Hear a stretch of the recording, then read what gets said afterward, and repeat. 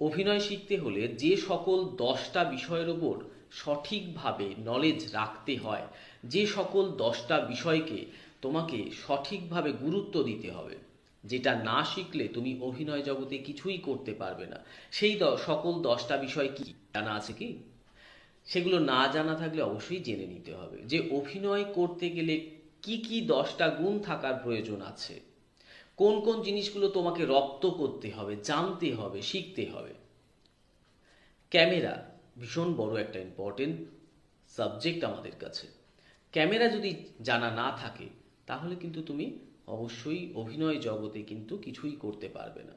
Camera আমাদের কিন্তু একটা স্পেশাল, তাই ক্যামেরাটা অবশ্যই শিখতে হবে। মানে ক্যামেরা চালানো শেখার প্রয়োজন নেই, ক্যামেরার সামনে কিভাবে কাজ করবে, শট সম্পর্কে, অ্যাঙ্গেল সম্পর্কে নলেজ থাকা দরকার। সেগুলো জানা আছে কি? আশা করি জানা নেই, কারণ অনেকেই অডিশন দিতে আসে